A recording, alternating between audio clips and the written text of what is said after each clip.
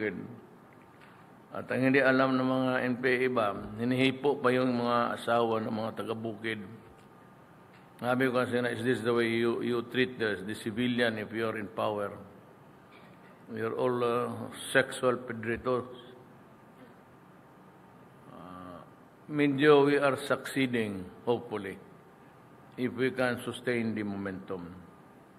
Ang akin lang dito is this. Almost everywhere, may massive housing ako. And there are persons who have volunteered to do the same. I do not have the permission to mention his name, pero yung kanya individual.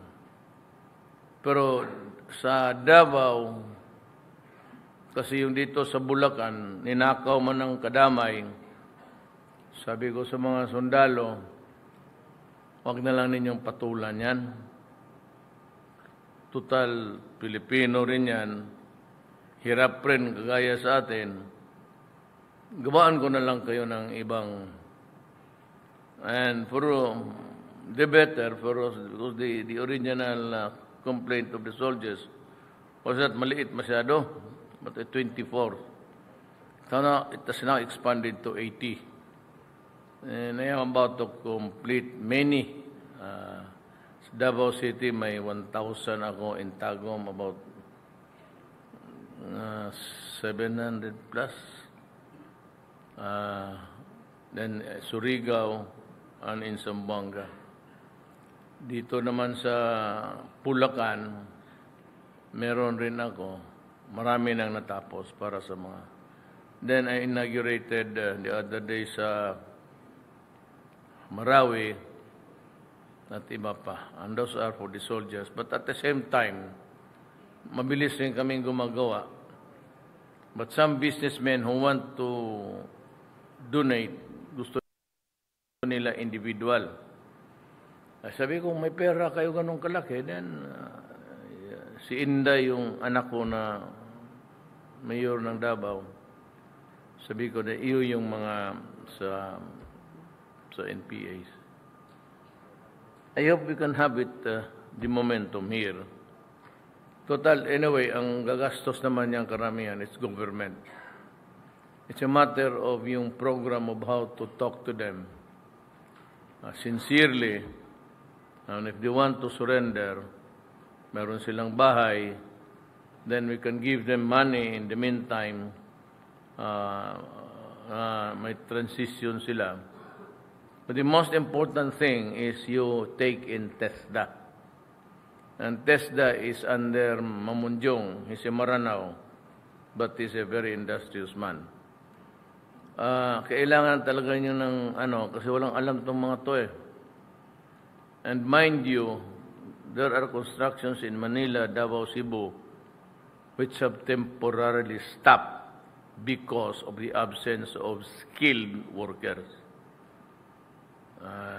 Kaya kung ang NPA ngayon, walang training, paggawain mo ng kubeta, pag-plus mo, instead pa-plus ng dumi pababa, akyat yan sa itaas. So they would need some kind of master carpentry, master plumber. Yan ang gusto kong makiusap sa inyo. If you have that kind of program of pacification, let me know. And do not be, kasi nga hindi nga tayo kilala eh, baka mahiya kayo. And it would take longer. Or you can just go to Medialdia or to General Anyo. Wala man itong silang loyalty except that they are there to serve the people further. They used to be military man. And I got them because mas mabilis pag sila eh. I do not demean the bureaucracy, but it's only good in the lower echelons. Habang pataas na sila, yung department head, head of office, hanggang magdating ng seso, first grade eligible. Pagdating nila doon sa supervisory, sometimes they cannot hope to be directors. or if they are there already, and they are extremely good, nare-retain yan. Pagkaramihan, it's always the presidential appointee. And that is really what bugs the government. Not to mention yung local officials who just allow everything to flourish even if it's a destructive one. Kagaya ng Boracay. I've been to Boracay twice during the campaign. It was night time. At a distance, makita mo Boracay, it's very inviting because parang foam kasi yung beach eh. But if you begin to swim there and you go out, you smell like a shit. Talagang mabaho. Contaminated na ang tubig. And I decided to, this was the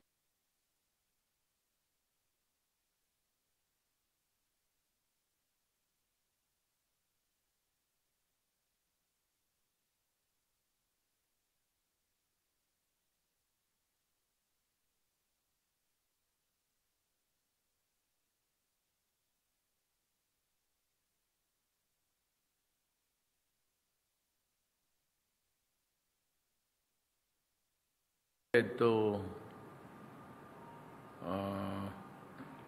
ask General Simato, he used to be assigned in Mindanao, Dzxl Anyo, pati si Teo, but it's the DNR will have to make maybe the findings, the factual one, then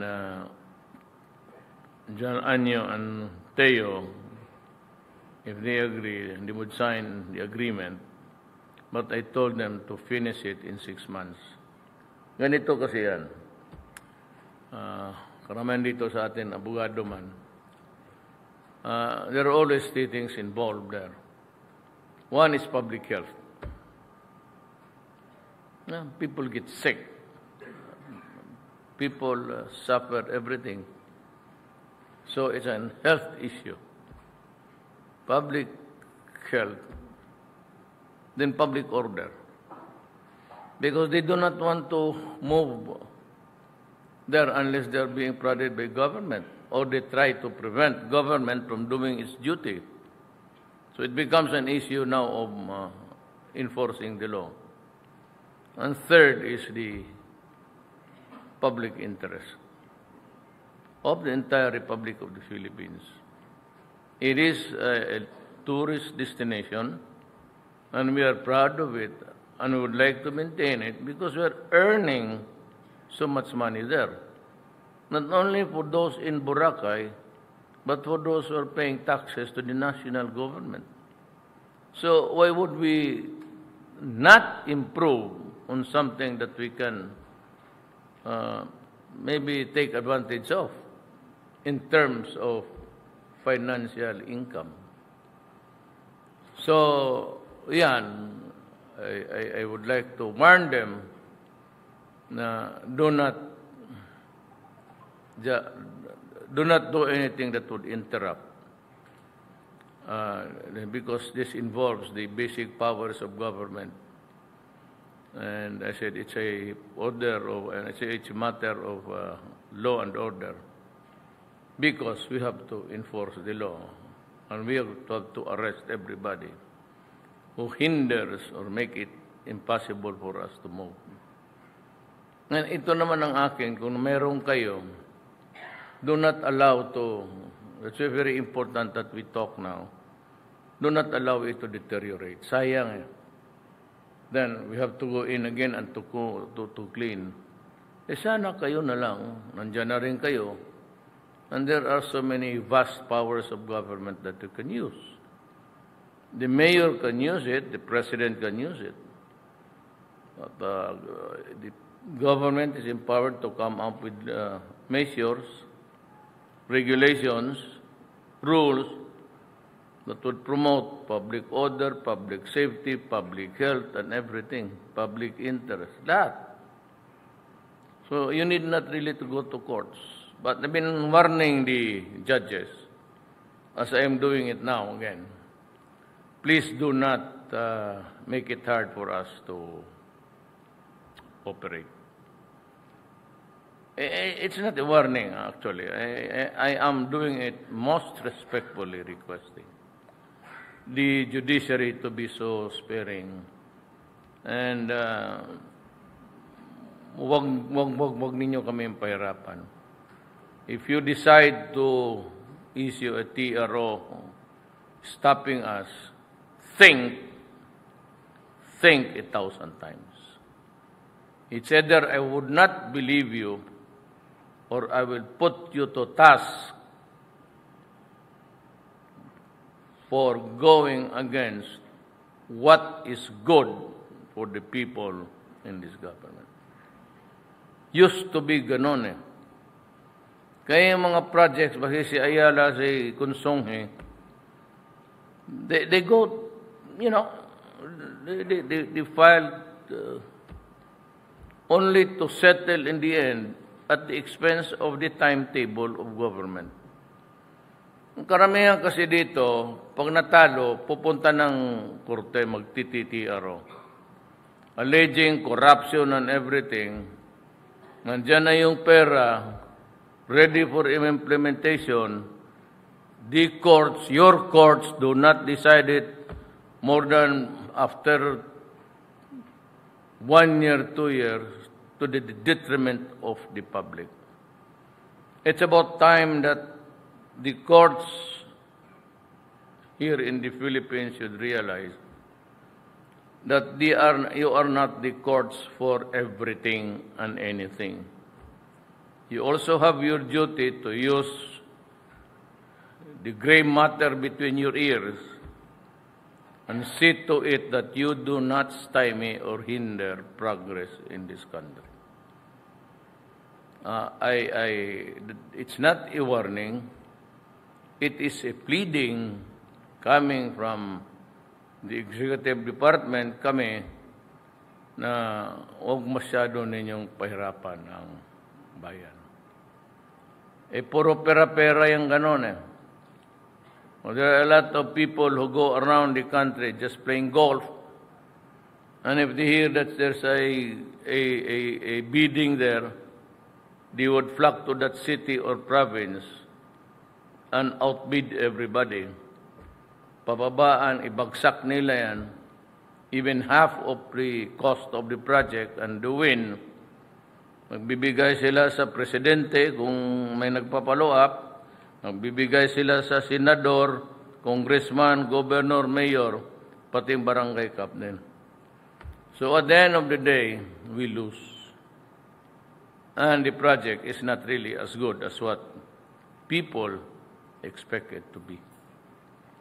Yan ang warning ko lang sa, hindi sa inyo. Just a gentle reminder, but to the courts to stay clear. Huwag kayong do not, basta lang naman magpunta TRO. You know, a TRO is not something which you can just give away every time there's a complaint filed. Study it, sleep on it, and decide properly. Para medyo gumana naman ang buhay natin. I do not pretend to be the cleanest person in this room. I have my faults, lots of it, many. But since we are here,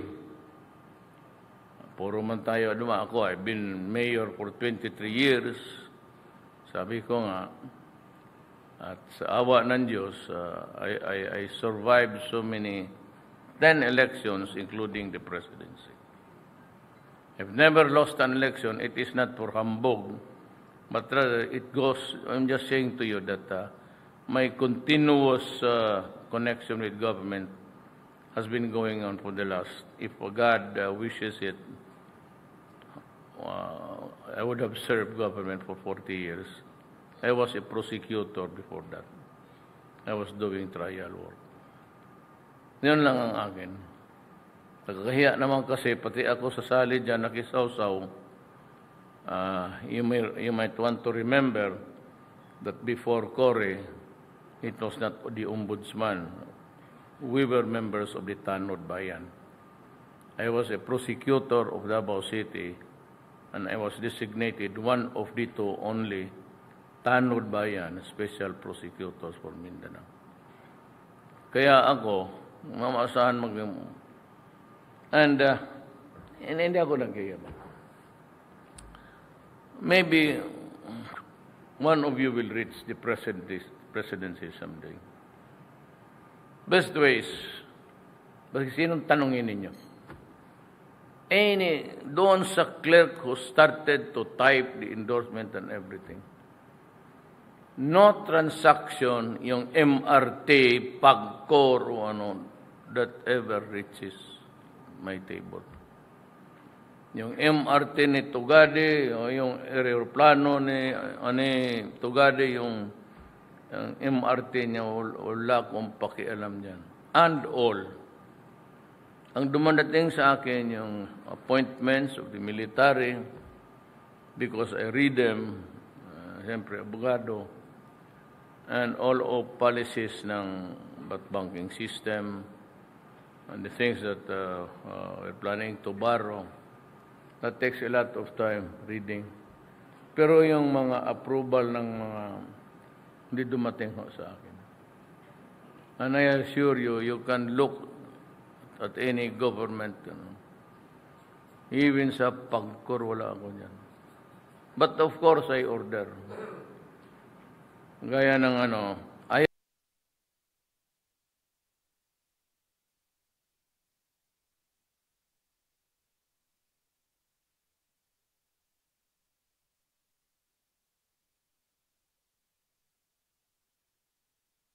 ako kasi iyabang yan because but you should know how much is paid to whom. Yung PGH na yan, the eternal universal complaint was that silang mga intern mismo nagko-contribute na lang sila para makabili ng medisina ang mga pasyente. Hindi ako naghahambog. Hindi ko naman ito pera. I'm just telling you. Ngayon tinanong ko sila, how much do you need? Sabi niya, on an average, sa mga 14, kulang pa, sir. Sabi, okay. If I'll give you 100 million, okay na yan. Sabi nila, sir, sobra yan. Sabi ko, a month, hindi year. So, sabi ko kay Andrea PAGCOR, give them 100 million a month. So, lahat ng medyo yung mga major, nandyan yung the best and the brightest of the Filipinos are there. Yung nakapila sila. And for those yung mga sundalo natin, usually, mga maintenance nila, madali maano ang sundalo yan. They retire at the age of 56, pero bugbog yan. Karamihan yung kidney, pati liver. So may mga maintenance na yan sila. And if they get to live until, yung pension nilang 800,000 to even $1 million would not suffice. Retire an early age, tapos lang yan. So, I gave Vilo na 50 million a month, pati AFP 50 million, para lang sa kanilang. Yun ang distribution. And others which I cannot enumerate because I do not have the time. Ang akin lang is that we try to help also the men who are ready to die anytime. Or after all, I doubled the salary. Kasi pag sinabi kong pumunta kayo doon ng Marawi, magpakamatay kayo lahat. Huwag na kayong bumalik dito. Ay talaga magpakamatay lahat yan. So good that I was promising them an increase of salary sa campaign pa. Because I already knew that something was really brewing in Mindanao. Alam ko puputok. So, campaign pa sinabi ko sa kanya, I'll double your salary. And I was desperate in getting firearms. All the stupid Americans, pinara nila. So, yung 23,000 rifles, na hindi na ibigay yun, of human rights. And he said that he will use it against your Filipino. Pilipino nga ang nagterorista eh. Pagkagago naman itong mga pot.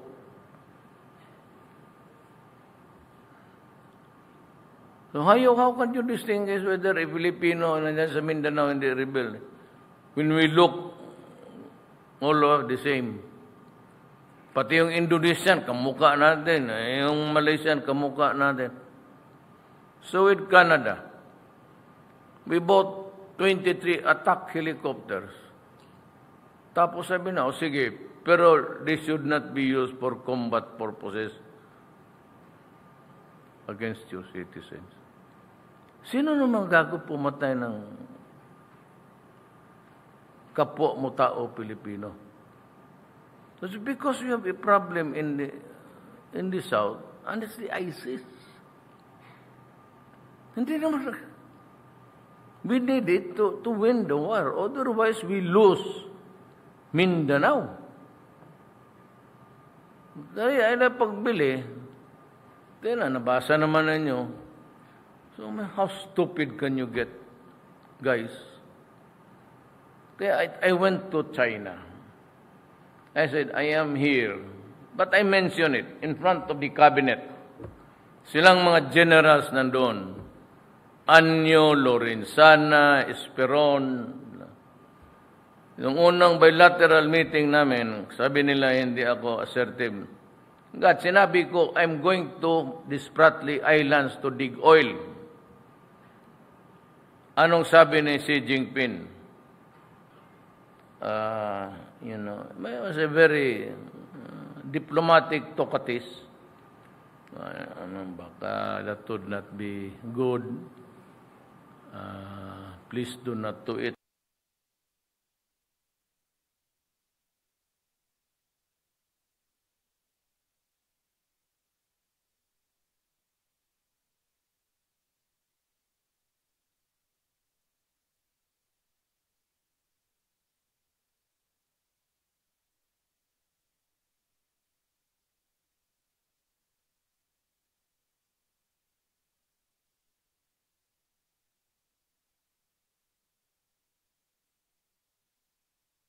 Flew to Moscow just in time after talking with the minor officials there.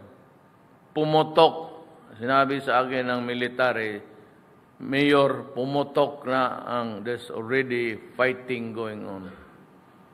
Good that I was able to talk to President Putin almost half before I left. I said, do not worry, I will send you the equipment. And to this day, in fairness to Russia and China, they never really ask for anything. No military alliances, no nothing. Ngayon, itong sabi sila, I am not assertive dyan sa South China Sea. Sinabi ko na nga, magkukuha ko ng ito. Sinabihan ako, trouble yan.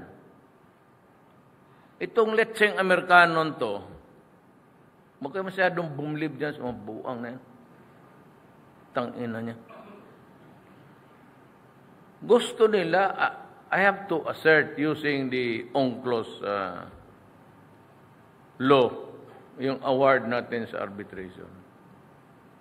But if I remind you guys, about 4 years ago, all the newspapers in the Philippines, the leading broadsheets, published parang may mga construction. At tama si Aquino. The only country who could have confronted China was America. Di pinadala na sana niya yung armada niya doon at sinita niya, bakit ka gumawa dyan? Bawal yan. Artificial, man-made. Hindi niya ginawa. Hinayaan niya ng hinayaan, tapos yung kumpleto na, gusto ako ipaon.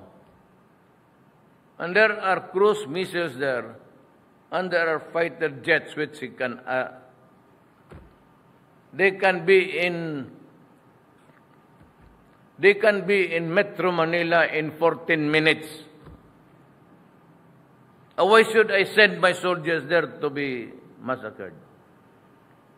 I will not go to a war which I cannot win. Hindi ako gago. Ning Amerika nga, hanggang display na lang siya. If war breaks out, America will melt first. But Russia and China will also follow suit. Kung bitawan nila lahat yung nuclear warheads nila, it's the end of the world. Pero ang Russia is no pushover. Kaya sabi nga na, they have a invulnerable missile that cannot be stopped. And Putin would not make that statement. That was really a threat. Hindi yun advertisement. Wala ang Amerika. Sino man ngayon ang sa Amerika? France, inotel. British, inotel. Sige tuloy, human rights.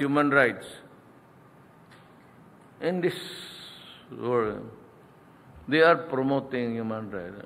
Look at America. It's a multi-racial country. Yung nasa State Department nila, American Latino, American African, American Filipino, American Chinese, American. Look at the way they go around the world, parlaying. Oh, we will give you aid if you allow same-sex marriage.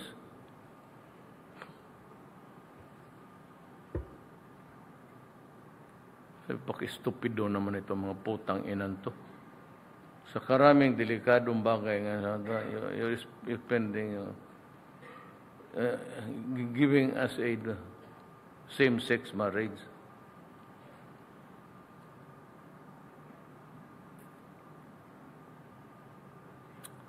Naghanap nga ako ng lalaki kung sinong pakasalan kung putang inan to.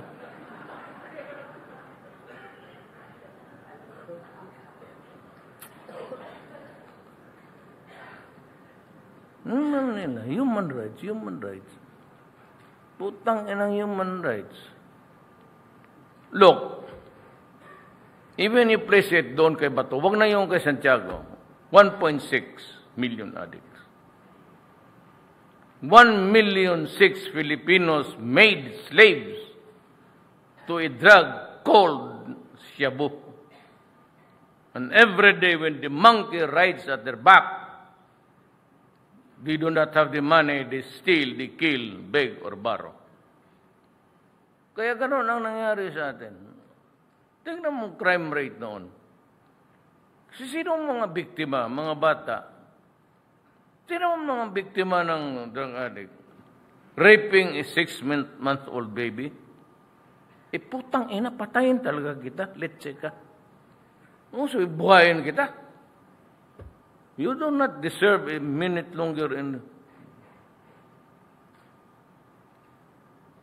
Tapos sila, sige, there's one thing very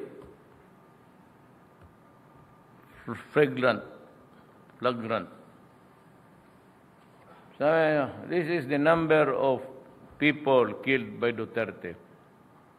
7,000. Yan lang. Walang sabing masakir doon sa Davao dito.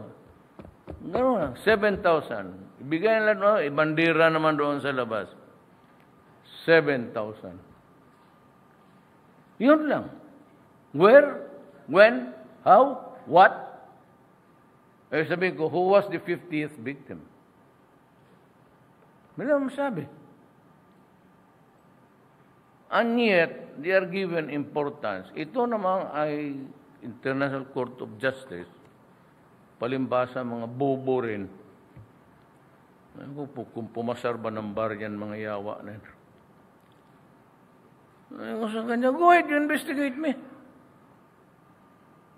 But I assure you, you will never have jurisdiction over my person. I assure you. Pag tanggap ko lang ng subpina, sabihin ko sila, determine first if you have jurisdiction over my person and the criminal acts that I allegedly committed. Sige daw. Sige daw. You have to have jurisdiction first bago ka magsalita dyan. Pero secret ko yan. Hindi ko sinasabi ka. Mahabol nila eh. Pero pagka ngayon magkasalubong kami, lalo yung mga abogado nila, yung itim pati yung isa, yung payat, calamard, under no risk, walang kain. Don't fuck with me, girls. Kaya ako nasasaktan ho. Give me a vote. Kasi uwi pa ako ng Davao. Kumain na kayo. Buti kayo, kinauna na. Hindi pa? Sabay. Mukhang hindi pa bukas yung napkin. Gutom kami yan, galing pa ako Pampanga.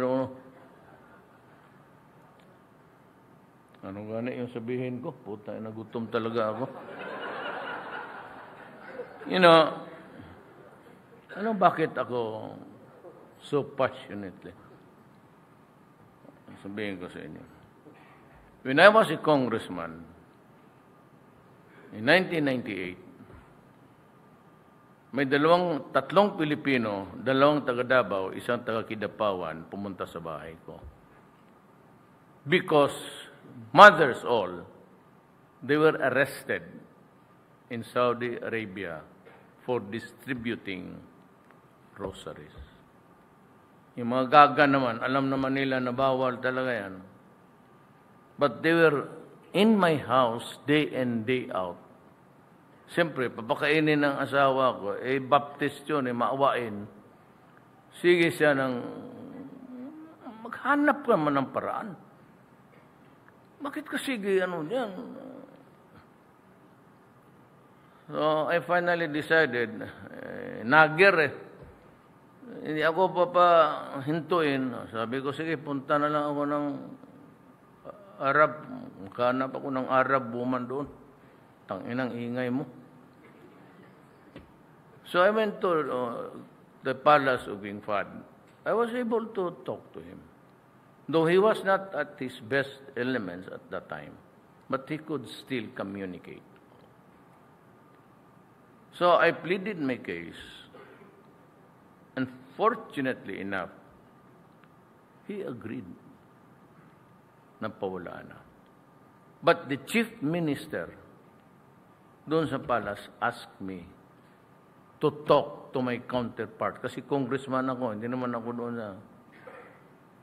So I was guided and brought to the parliament and I talked with 3 guards, 3 parliament. Ano ang sabi nila? You know, this has been happening several times. And it's about time that you should know. The Arabs, not all, let me repeat it again, not all Ngayon ng Pilipino, meron dyan Bisaya, Bulanon, Liteño. We talk on a different dialect. We cannot even understand each other. Kung ikaw yung Ilocano, sabra, ang hirap, hindi mo maintindihan yung Ilocano nila. So, sabi nila, if you are working for a household, a domestic help, and you are a slave bought from the slave markets of Africa, or you are paid to do the job there, rape is part of the territory, part of your job. Ang unang maggamit sa iyo, yung employer mo. Pagkatapos niya, yung anak niya. Kung may anak siyang 3, na pwede nang, then he goes to another house in the compound to clean the son-in-law or the daughter-in-law's house, clean there. At kung nandoon yung amo, another, then she goes home, and that is why it is a universal that ilang beses na, they only sleep 3 to 4 hours a day. And they are fed with garbage. Tinago ko yan kasi ayaw ko maging bakukang ang naiwan dito. You know, ladies and gentlemen, pareho man tayong Pilipino. When a family loses a wife who goes abroad to work, that family becomes dysfunctional. You know that, kayo mga babae.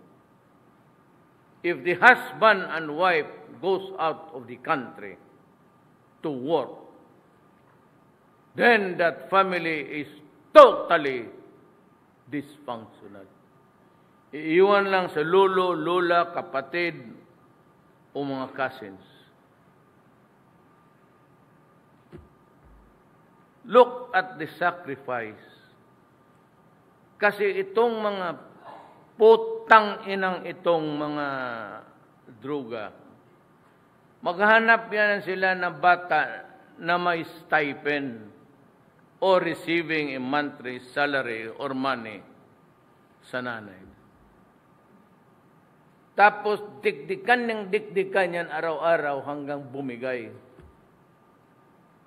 Then you would realize na itong isang Pilipinong pamilya nagpapadot na nga ang putang inang para lang makapadala ng pera. Tapos pagdating nila, walang nangyari, naging gonggong pang anak nila, adik pa. Kaya putang ina mo, papatayin talaga kita. Sa totoo lang. I'm too sorry to say that in public. Iyayariin talaga kita. That's why when I was mayor on Davao, I said, I am not a soldier. I am not a policeman. I was elected by the people to build a city. Do not destroy it. I will kill you. Nung tumakbo ako, do not destroy the young of our land. They are our only assets. Hindi kami mayayaman. I mean, not really as rich as makakain kami, magandang pagkain. Pero yung mga anak namin, mahal namin yan. Just as our mothers and fathers took care of us, we take care of them. You know why? Ilan lang sweldo na itong mga tong sundalo puro dito? Pinaka makuha, 1 million to. 800 yung mga kabo. And they retire at the age of 56. 56 to 76 to 66, 76. If they get to live for 20 years, ako, I might get siguro peg from the highest salary. I make it about 8 million. You think that would be enough?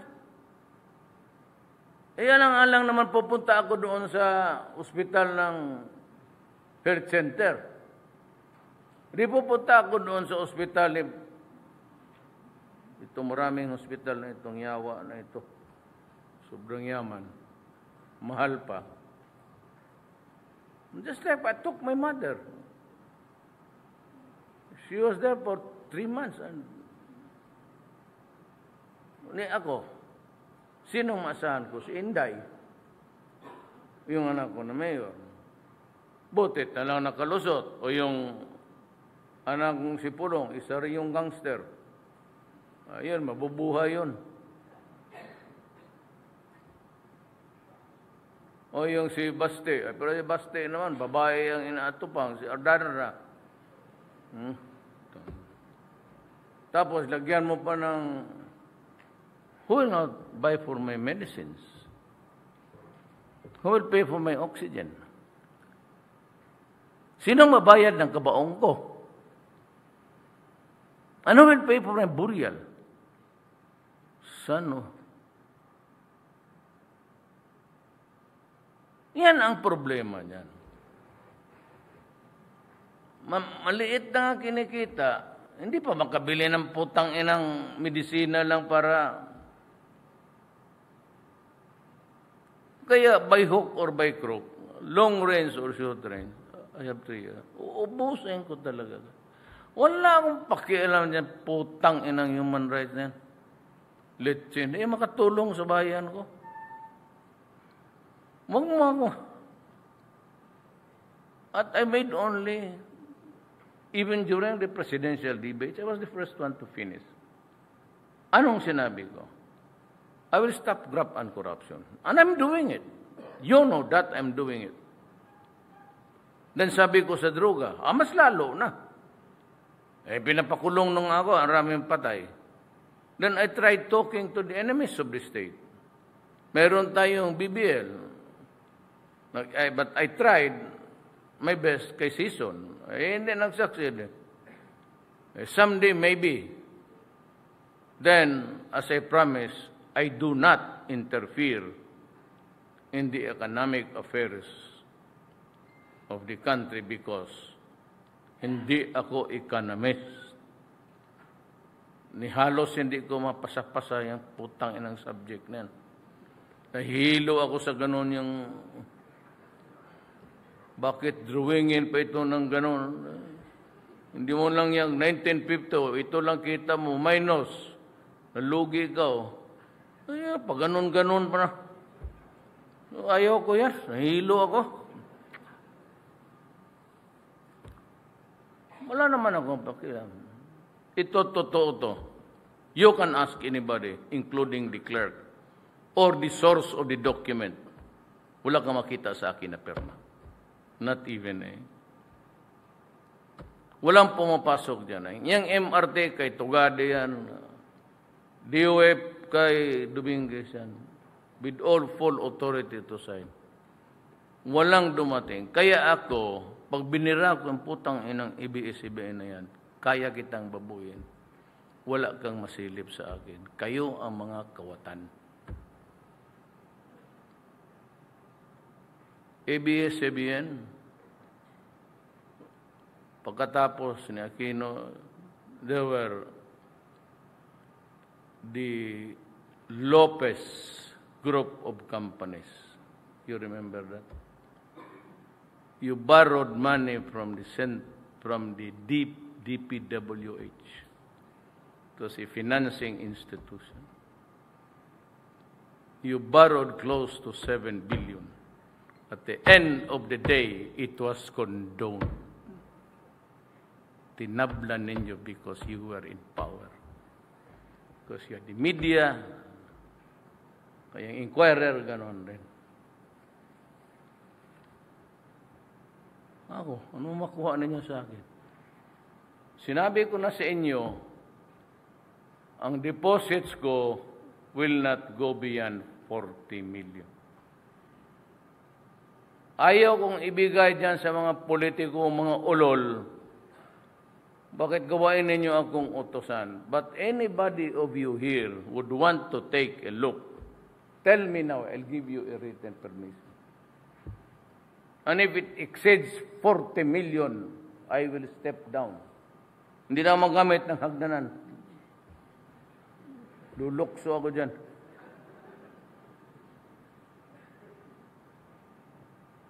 Kaya, nadyan bibirahin talaga kita. Wala. At least ngayon, ako, you might call it pretensions. Or others might call it hypocrisy. Okay lang yan. Whatever you want to categorize my behavior. Kasi sinasabi ko sa inyo, do not touch ang taong bayan, ang maliliit. Pag yan ang ginawa mo, yariin kita. Kasi sila ang nagkakailangan sa atin.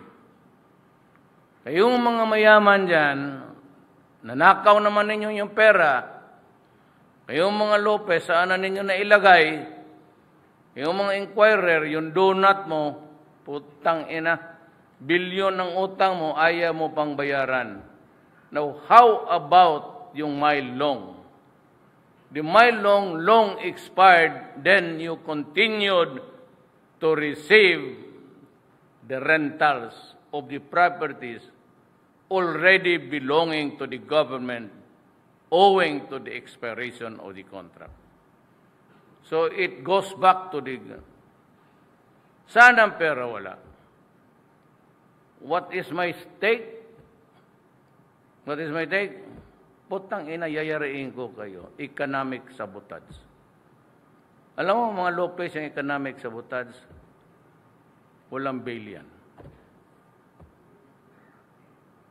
Gusto ninyong subukan? Para makatikim tayo, lahat. Kayong mayayaman,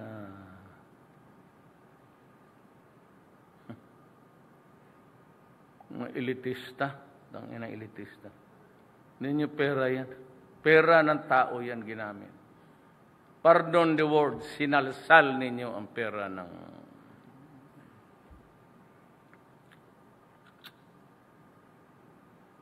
Sa airport. Pag kami ang dumadating, yes, Mayor. Mura ng customs. Yung binili ng asawa ko, mga 5 luggage train. Bagay, puro mungkok lang naman.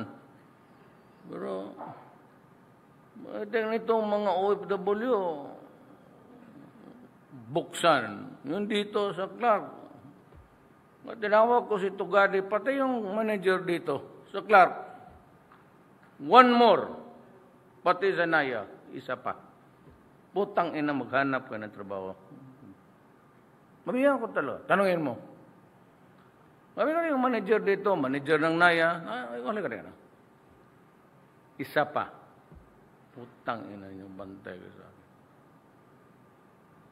Buksan mo, ang luggage ni Ayala, luggage ni Gokongwe, lulusyutan. Dalhin mo na yung bag, guyurin mo yung eroplano, pagbili mo doon sa Bakalan, bigay ka lang sa akin ng token, mga 200 pesos. Inyo na yan. Gano'n ka ng maliliit na tao. Yan ang ano niya sa buhay niya. Pahirapan mo pa. Ayaw ko magsabi na mahirap ako, mayaman ako. Basta yan. Sabihin mo, nagpapakorne ako. Di, nagpapakorne ako. Walang problema. Basta sumunod ka lang. Problem is not really whether true or not I'm a hypocrite. But the issue here is, whether you are ready to, pagka hindi, away tayo. Kaya mga miners, prepare because I will really close the open pit. And if you guys would take a helicopter, Manila to Mindanao, parang tansan yan ng San Miguel na hindi na ginamit.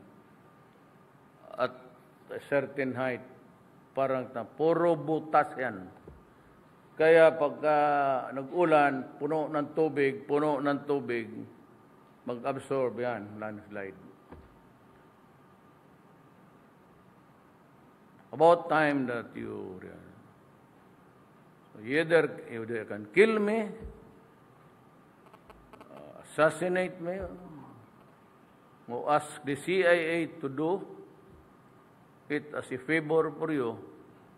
Wala mo rin tayong gana sa Amerikano. Yun ang gusto ko lang marinig ninyo yung sentimento ko na hindi ko mailabas-labas. Kaya nireserba ko talaga yan para sa inyo. Para kung sakali magkalit-silitse, magtakbo ako dito, patirahan mo naman ako sa bahay ninyo, dyan sa mga farmhouse na lang. Well, I said I have to go back to Manila. Unsa man part ni kaon ni sila? Tapos wa pa? Unsa humana wa pa? Oh, unahag puno ni labi sa kay ari kong ari. Fill this with food. The others will follow. Kay kadira may bakante mo singit ka dyan na puno man. I'd like to thank you for listening to me. I apologize for my language. I am really prone to that kind of predilection maybe because pasensya na po, taga-bukid lang talaga ako. Ay, taga-kanal ako, kung ibig sabihin. Imburnal kami lumaki sa amin. So, pati ang natutunan ko yan, hindi naman amin yan. Yung putang ina, doon yan sa mga kapitbahay naming Batanggenyo, yung tigabili dyan sa palengke. Totoo, sila man yan.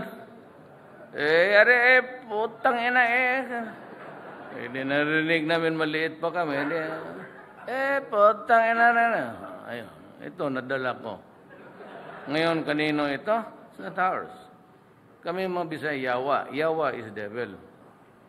Wala kami yung mga kinam. Kami hanggang Yawa lang. Kaya ako, minsan, salita ako Tagalog. Kasi mix kami sa Davao. Melting pot talaga ang Davao. Salita ako Tagalog. Ganito yan man. Tapos makalimutan ko yung, sabi ako, itong baka ito, sinaw ito Then I realized that sinaw is not Tagalog. So magsabi niya, ano yung yawa nitong sinaw? Tanong ako dito sa mga Bisaya. Makintab. Kami ko. Yan makintab. Pero yung, ano na yung yawa na yan? Kasali talaga sa amin yan. Magtanong ka ng Bisaya. Yung maghanap ka ng bullpen, sabihin mo, saan yung yawang bullpen dito? Ganun yan tawagan mo nga itong pangalan to si Yawang. Tapos, interpret ng elite ng Manila na bastos ito, ganitong salita. Crude, So, okay lang. Basta sumunod lang kayo. Bayad kayo ng taxes, sa uli ninyo sa gobyerno, yung frequency. Pero pabayarin pa, it was given to them for free. Tapos pag sauli, ayaw isauli kung they acquired it with costs. Nibigay ng gobyerno noon for putang ina. Sabi ko talaga sa cabinet member yun, sir, sinabi ko talaga kay Putang ina, sabihin mo yan si... Tuliin ko si uli. Sa uli niya yan. 2 days. Yung isa tawag, day after, sa uli nila. Yung frequency sa telco. Pagbayad. Libre, tapos ngayon, binigay yung bayad ako, buang ka. So, I might be somewhat a very crude, pero the only consolation is whether you will place me before the podium or lectern of the United Nations. Paski nga kay Ma'am Ruyo noon, mag-meeting kami noon. Nagpuputang ina ko noon sa cabinet meeting. Gano'n man ako, niya si Ma'am, sanay mo yan siya. Patawag niyang gabi, tapos sabi, Ma'am, Rudy, ano isang problema? Kung bahala niyan, Ma'am. Tapos tawag siya, Rudy, bakit maraming patay dyan?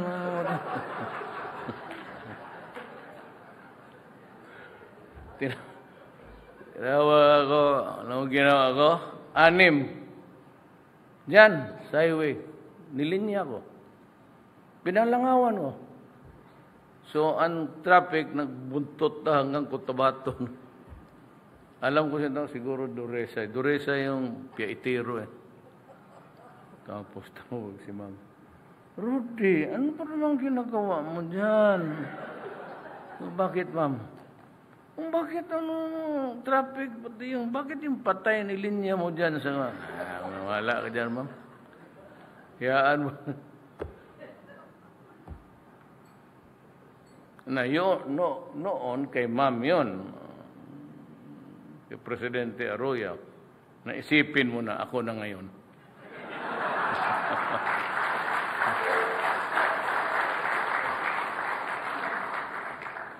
Pero pagdating ng UN, nandito pala si Governor Bichara. Sir, kita sa... Huwag kayo mag-testify. Ginawa ninyo yan, na magbili na lang kayo ng eroplano, overland kayo. Maraming sundalo. Ambusin mo yung gagong yan. Joking. Joke only. And again, thank you for listening.